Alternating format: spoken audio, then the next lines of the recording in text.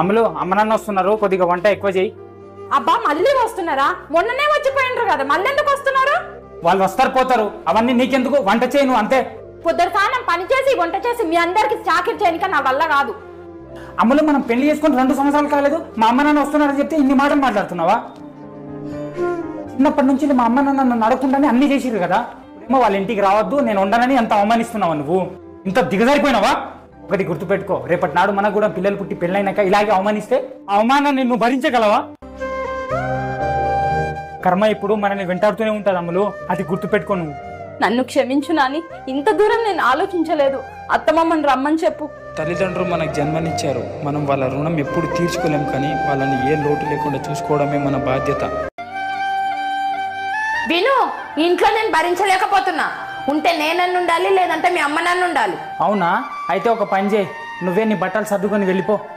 సరే నేను వెళ్ళిపోతా, కానీ నా కొడుకుని నాకు ఇచ్చే, నేను తీసుకెళ్ళిపోతా. వీణెక్కడికి తీసుకోతావు? నీకు ఇవ్వను, ఒకదాని వెళ్ళిపో. నువ్వెవరు నా కొడుకుని నాతో విడదీయడానికి? మరి నువ్వెవరు మా అమ్మని నాతోని విడదీయడానికి?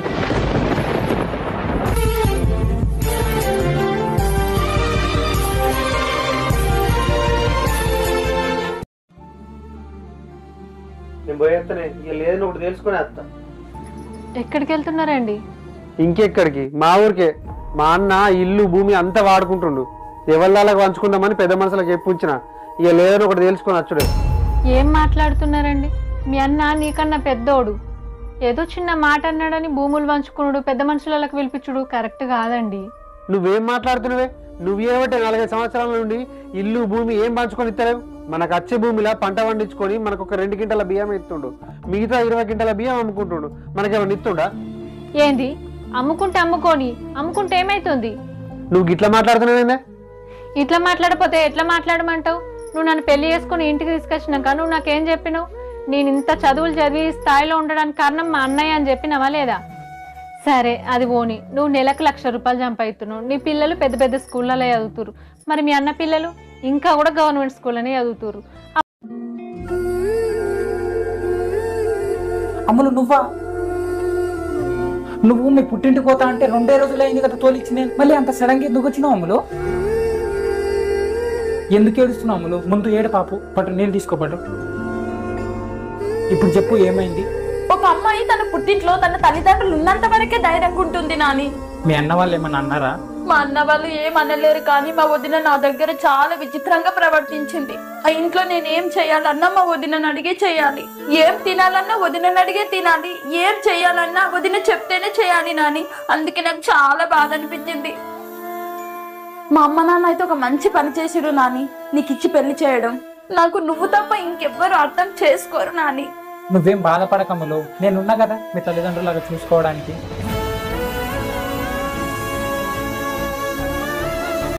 సరే అత్తమ్మ పోయేస్తా. సరే పోయిరా. సరే అమ్మా, నేను కూడా పోయొస్తా. నువ్వేడుకోతున్నావు? నేను గాయత్రి ఇద్దరం కలిసిపోతున్నామమ్మా. ఎందుకు? తనొక్కతే వెళ్తుంది, నువ్వెందుకు తోకలాగా? నువ్వు అవసరమా ఇప్పుడు పోవుడు? అయినా అంతగానే మేమిస్తుర్రు నీకు, మళ్ళీ మళ్ళీ పోతా అంటావు, సిగ్గుండాలి. అమ్మ తను ఒకటే ఎందుకు వెళ్తుంది? అక్క కూడా ఇంటికి వస్తే భావం తోలుకొనే కదా వస్తుంది. అక్క ఒక్కతే వస్తే నీకు మంచిగా అనిపిస్తుందా చెప్పు? అప్పుడు నువ్వే కదా అడుగుతావు అల్లుడు ఎందుకు రాలేడమ్మా అని. తను ఒక్కతే వెళ్తే వాళ్ళ ఇంట్లో కూడా అడుగుతారు కదమ్మా అల్లుడు ఎందుకు రాలేడని.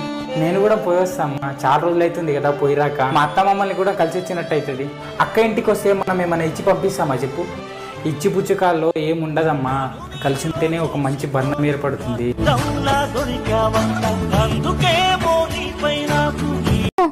మీ తమ్ముని కోసం నేను ప్రతిరోజు వంట చేయలేను. అలా ఎందుకంటున్నావు అమ్ములు? ప్రతిరోజు మీ తమ్మునికి వేడివేడిగా వండి పెట్టడం నా వల్ల కాదు. తనని వేరు చేసాయి, లేకపోతే ప్రతిరోజు హోటల్లో తినమని చెప్పు. నువ్వు చెప్పేంత ఈజీ కాదమ్ములు ఆ పని. ఎందుకు ఈజీ కాదు? వేరవ్వడం ప్రతి ఇంట్లో జరిగే పనే కదా ఇది. ప్రతి ఇంట్లో కష్టాలు వేరేగా ఉంటాయి అమ్ములు, కానీ మన ఇంట్లో ఉన్న పరిస్థితులు వేరు. వేరే అంటే ఇల్లు తమ్ముని పేరు మీద ఉంది. అసలు తమ్ముని పేరు మీద ఎందుకుంది? మా నాన్న దగ్గర నుంచి వెళ్ళి చాలా డబ్బులు తీసుకున్నా ఒక బిజినెస్ పెడదామని, కానీ ఆ బిజినెస్ లో లాస్ వచ్చింది. అందుకే మా నాన్న ఇద్దరికి సమానం ఉండాలని తమ్ముడి పేరు మీద ఇల్లు రాసి ఇచ్చిండు. ఇప్పుడు ఎలా? ఏం చేద్దాం చెప్పు? చేసేది ఏం లేదు అమ్ములు, మనకిప్పుడు ఉన్నది ఒకటే దారి, తమ్ముడిని ఏ లోటు లేకుండా చూసుకోవాలి. నిజమే. వివేక్, నీకేం కావాలన్నా నాకు చెప్పు, సరేనా?